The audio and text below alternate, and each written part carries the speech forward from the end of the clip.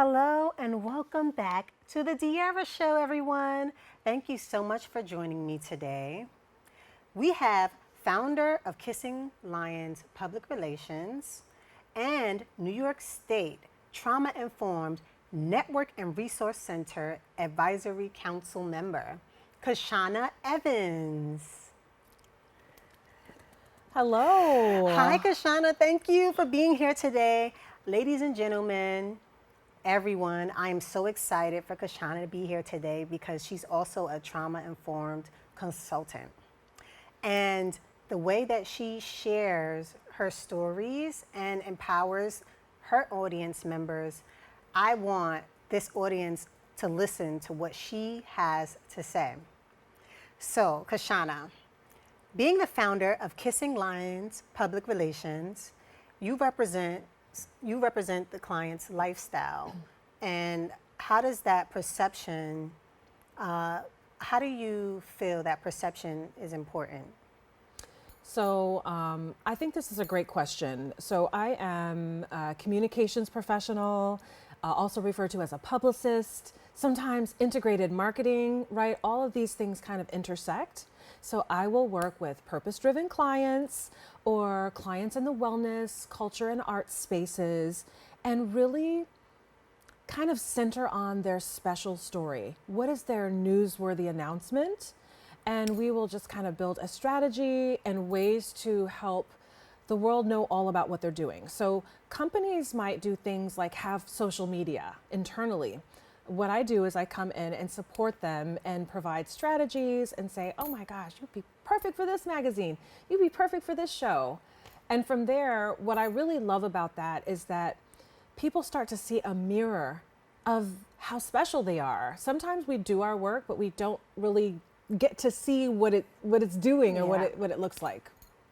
Right. So you started working with brands, right? And are you gearing more towards matching empowered lifestyle with your work in public relations and not just only like big brands? Yeah, that's a great question. So I do tend to lean towards, I did start working with brands, companies, events.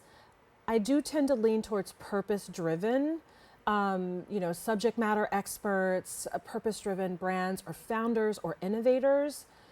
And I feel like that's the direction. So I've A/B tested. I started as a generalist. And honestly, I want to inspire your audience. Anyone out there is like, I don't know what I want to do. I like events. I like fashion. I like magazines. I like wellness, but I don't know what I'm supposed to do. Look into communications. You can do communications remotely. I've been remote for over 10 years, and it's a really dynamic space to be in. So really encouraging the audience to stay invested and interested. You're probably the next talent and don't even know it. But yes, to your point, I started to kind of shift, especially after the pandemic. I was in my house one day and I was, like, okay, great. And I heard a buzz and I thought, something's in here maybe. And then that wasn't that. And I'm like, oh, maybe someone has their TV up. And I went to my terrace and it was just like, it looked like an ocean of people marching down Madison Avenue saying Black Lives Matter. And Bronx, I know you'll hear me on this. This is the first time I really realized I mattered, and I'm not exaggerating.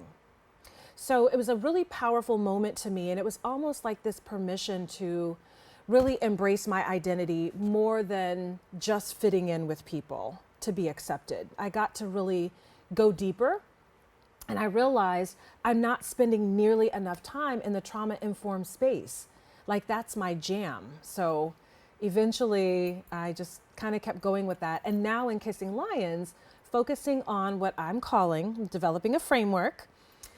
This is community building through communications strategy. So this brings the community building and grassroots, but it also includes communication strategy.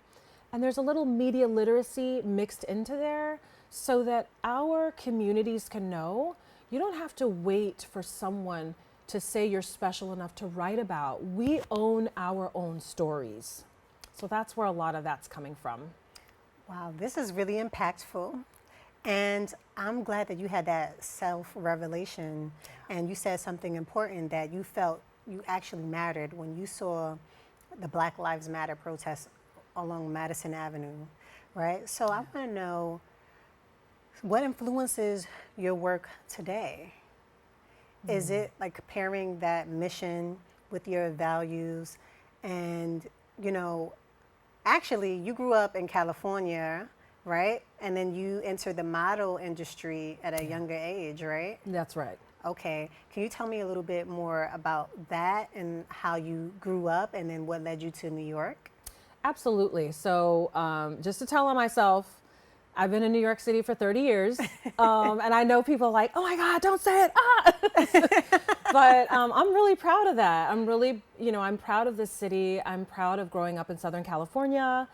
I kind of had a very turbulent start, which I feel like is really important to own in this space.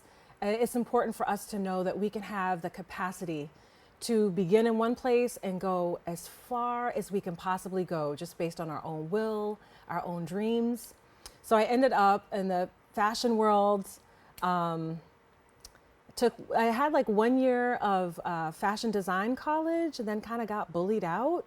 And I was like, I'm not going back. But around the same time, I got scouted by a modeling agent and I started modeling. And I was like, well, and you know what I thought? And you can totally laugh at me. I was like, modeling me?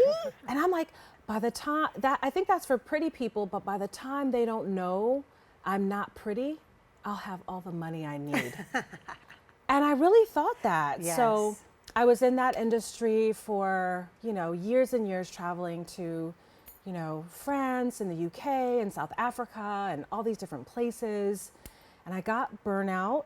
So it's typical of the entertainment industry. It's a tough industry. It's very competitive. You have to be on all the time. So I studied shamanism. I studied voice dialogue. I studied Reiki, and I was able to just kind of really do some deeper processing of some of the early adolescent violence I had faced. And this was like my kind of new eureka. It's like you don't know what you're supposed to be doing, but as you take care of yourself, you discover. So I ended up just kind of stumbling into learning what trauma-informed awareness is. And that, every time you think a pivot is done, it's just one little click on the wheel of life that it keeps turning. Yes. So. Do you feel like shamanism and Reiki has helped you deal with your past and not getting over it, but working through it, like learning yourself more and your identity? When I say, so I studied through a place called the Four Winds Society. The Four Winds Society had a program at the time called Healing the Light Body. It was everything it sounds like, but it was real. It wasn't gimmicky or crystal balls. Lots of people might have different images of what indigenous practices are, but these are authentic, beautifully cultivated. And, I was able to kind of understand, just to kind of loop the audience in. So I'm a survivor of assault by a caretaker who was unable to or unwilling to regulate their nervous system, get a hold of their rage. This also happened to be, this was a non-blood relative, and this was a law enforcement official. So oftentimes, this was really baggage that I was kind of dragging around. I'm like, what do you do with it? I don't know. And when you're young, you're just like, great, I'm going to be in fashion. And there's so much to look at. There's so much playfulness in the world. You kind of like half accept it and you half drag it around. Yes. But the shamanism, it takes, it kind of like allowed me to process and really deeply appreciate that I get to be me now. And I'm hoping that we take this idea of trauma-informed awareness, indigenous culture studies, and support so many people that have a voice. They're looking for their own voices to take ownership of their own story and to live their own dreams without the baggage. Wow, that's great. So I wanted to get into you being a trauma consultant and how helping other people who have a similar experience has changed and impacted your life as well. Being a person that can, I would say, be that middle person to guide others to the side of healing. Right. You know, so when we come back on the Deirra Show after this break, I will ask Kahshanna Evans about being a trauma-informed consultant, and we'll be right back. Thank you. The Deirra Show, we have with us today Kahshanna Evans, who's the founder of Kissing Lions Public Relations, and also a trauma-informed consultant. So she's a trauma-informed, resilient community consultant. Excuse me. So, Kahshanna, I want to know from your experience that many can relate to, as far as witnessing violence at an earlier age, you coming back full circle to heal yourself. What were the things you noticed you wanted to work on? And as Black people, sometimes I think we carry a burden, you know, and I think it's passed down from generations, from our ancestors, because once slavery was over, right, those people still had children, and those people had children, and I don't know if everyone is properly healed. They can't all properly healed because we have like a certain dynamic within our communities that we're still working on trying to piece together. Right. So like, what do you see doing this type of work? So doing this type of work, something that's really powerful about trauma-informed awareness is it actually gives a context to what we're speaking about. What I went through is referred to as an adverse childhood experience. The acronym for that is ACE, and this was a study of what happened to people within the household during early developmental years and how that may have negatively impacted their health outcomes over time. And so I found this to be so compelling, and in addition to the healing work, bringing along the science and the evidence of the ACEs study. This is referred to as PACEs and resilience science, which is positive and adverse childhood experiences. I know, it's like, I'm the tongue, people are like, can you just shorten everything, please? So the important thing about learning about that is it's not so much now about me thinking I have to save. This is about an acknowledgement and a recognition. And the more we learn about adverse childhood experiences and the other ACEs that give a context to historical and generational trauma. So, adverse climate events, adverse community experiences, and atrocious cultural experiences and events. And those are genocide. So let's not get it twisted. I know lots of folks want to sanitize the way we talk in the news today and in the media, but the reality is, if we are heart-centered humans, we understand the science and evidence of what happens to bodies, humans, and hearts who are harmed. And the good news is, through positive childhood experiences and positive community experiences, we can start to focus on health, rehabilitation, getting rest, having beautiful human relationships and connections. And so it's not just one or the other. And I really realized in my particular work, so along the way, I became the director of creating resilient communities at Paces Connection. Just wrapped up working there earlier this year, and it was such an incredible, incredible experience. And I was spearheading a free accelerator program that educates on trauma-informed awareness. So what happens to the nervous system when our bodies are impacted? What happens over time? The historical and generational trauma over time has an impact. So think about what happens when we have a trauma-informed lens on New York State. We have a trauma-informed lens on here's how to acknowledge and allow folks to be bringing along their ancestry instead of punishing them for it. I mean, the sky's the limit. And I know, like, New Yorkers are so, listen, New Yorkers are about that business. But I'm gonna say, this is for you too. Even for the toughest New Yorker, New Yorkers have really big hearts. They've got great boundaries, but they do have really big hearts. So this is for everybody. And through the New York State, it's, yes, the long tongue twister, New York State Trauma Informed Network and Resource Center. So as an advisory council member, we get to share ideas on how to support grassroots all the way up to policy administrators, so the whole nine, in the public and private sector. And these folks are really passionate about our city agencies, and we're talking more about, no one wants to be humiliated when they're saying, hey, I can't make my groceries this month, can you help me out? And oftentimes I might have people say, look at you, you're so bougie, you don't know about all this stuff. And I'm like, first of all, I do have experiences with feral policing, extreme violence and discipline, the type that leaves marks, and being food scarce. That's real for everyone. It doesn't matter how we present. So I'm really excited about us powering down and maybe retiring some of those barriers and just getting to our full potential. Black, Latina, Southeast Asian, indigenous populations, there is a togetherness thread here. Where can more people be informed and more involved in what you're doing? Yes, so I invite everyone to visit traumainformedny.com, or you can also, look up Kahshanna Evans on LinkedIn. I'm always there, and people can go and check out on Instagram and TikTok at Kissing Lions, all one word.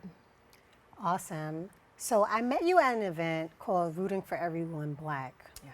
And you explained what it meant to you to be rooting for everyone Black.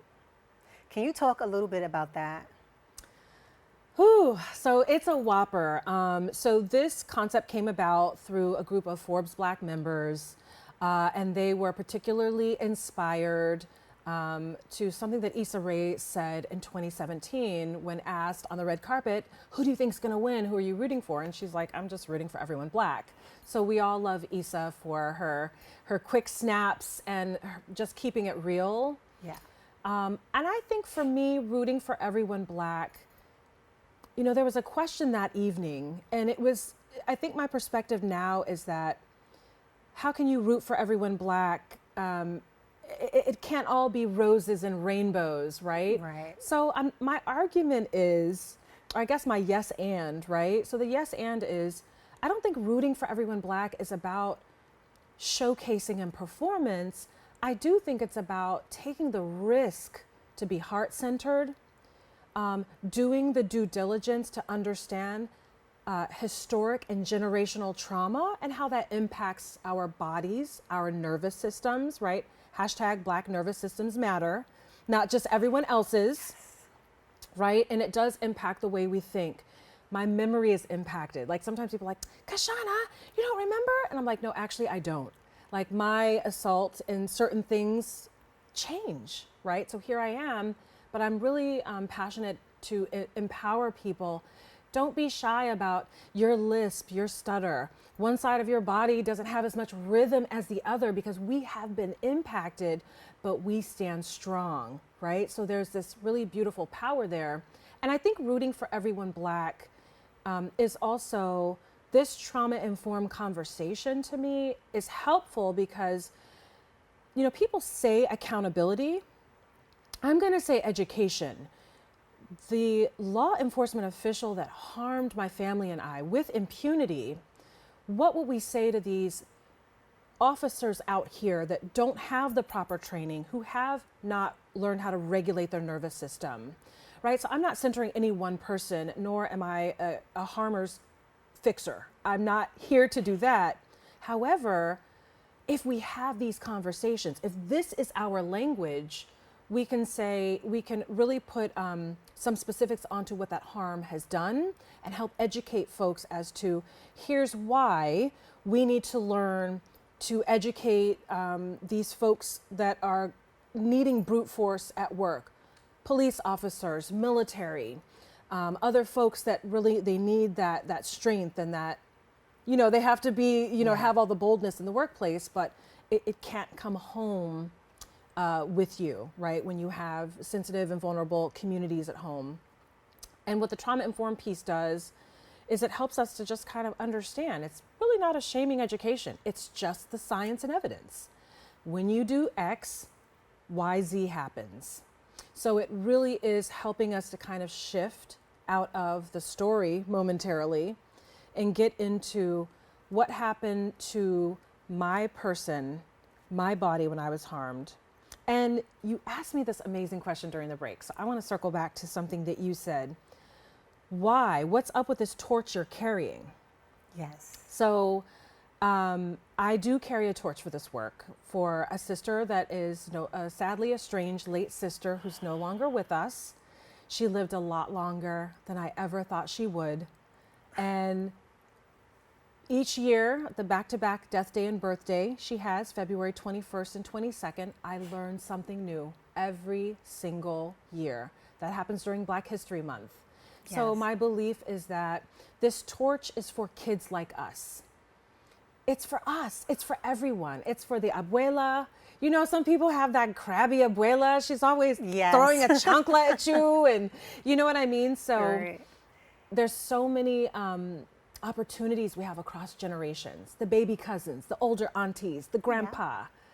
So Yeah, and the reasons why our grandmothers and our grandfathers are the way that they are, right? And maybe our grandfathers didn't have the language like you have today, Right. Right? That's right. Some people, they don't necessarily have the tools or fathom the thought to unpack the trauma and the reasons why things are the way they are with them feeling on the inside. Right. So what do you say to that? Because I think this type of language should be a staple piece in, officers' trainings and Sure. other people and everyone's jobs at home, just period, just to be aware, like self-aware. Right. So trauma-informed awareness is sort of like the square one. And the idea there is to have trauma-informed organizations, trauma-informed educational institutions, trauma-informed government, trauma-informed policy. But what I want to say is that as people are considering this trauma-informed awareness and trauma-informed practices, please be reminded to care for yourself in the process, because this is ultimately directing us to systems change. We can't do it individually, although we are in an individualistic society. So not every society is an individualistic society. Some societies are collectivist and they know how to have several generations in the home and not be shamed for it. What we're realizing, and a part of that trauma-informed training, is understanding we're supporting systems transformation, and that means through and through. Then people are able to be supported. So in the event we do have a trauma-informed system on the path to a just society, right? Yes. Right. We're going to acknowledge things like healthcare. Oh, yes. We're going to acknowledge things like these collective interventions. So when you spoke about learning about trauma-informed awareness and our history, like with our ancestors, all the violence that has happened, the violence that's currently happening, right? Just unpacking that, right? Yes. It's not often people talk about regulating the nervous system along with learning the new information that's going to help change the system that's creating these experiences. Like, so you think like regulating your nervous system will help others experience it differently with learning about, like the way things used to be with, as far as like the violence and that was passed down from generations, or like what we're dealing with now in today's society? So I feel like there is this, it's important to understand, I think, with trauma-informed practices, there is a historical and cultural piece. Go to a course, a great educator who you trust. I'm partnered on some things, I'll drop that at the end of the show. But I do feel like it's not something we can do overnight, and we also want to understand being calm has nothing to do with what's being marketed to us in the outside world. Wellness and fancy stretchy pants for, foxy yoga and all of this. So Making it trendy, right? making it trendy. Instead So of about what it really is. the real, what I would really say to the real New Yorkers there, the real folks in the Bronx that are like, whatever, we don't need all the shiny stuff. Like, just cut it to us straight. This is more about the calm. What it really does is it helps you to have your full capacity for problem solving. And I didn't know that for way too many years. Full capacity for problem solving. So when you have a regulated nervous system, right? If you're amped up, you're in fight, flight, or freeze. But you're so amped up that like you're gonna be able to like run from danger. But other than that, if you're amped up all the time, your stress response is actually going to increase a negative health outcome over time, things like heart disease, diabetes, etc. But if you're able to regulate your nervous system, I got to think my way out of this, and I'm not going to panic. So you do have the breathing or what have you, right? There's different methods and approaches, including like, Eastern yoga practices and all these beautiful meditation practices. But the idea here is don't worry about what it looks like, what people are marketing it to us as. I want our Black and brown communities to know, and our communities here in the Bronx and the 5 boroughs, if I'm honest, this is not about having to be perfect and soft. You can organize, you can mobilize when you can think clearly. And that's where we are right now, especially as we near election season. Yes. I know we're tempted to, I want to be right, Dee Dee. No, this is the scarf you're supposed to wear, not that scarf, right? We want to do that because we're so passionate, and underneath that is a real love and hope to solve a systems issue. But if we cool down and get really, really clear, we can actually be in our genius lane, and that's where the collaborations must come in. Thank you for that. And for our last few seconds of the episode, I would like to say, I hope this is a movement that's here to stay and that more people get involved. Please do. Yes. Because we need to be more self-aware and work collectively together to be better. So with that being said, I want to say thank you, Kahshanna, for being a guest on the show today. Thank you. And thank you, audience, for watching. This is the Deirra Show, and until next time, see you then. Thank you.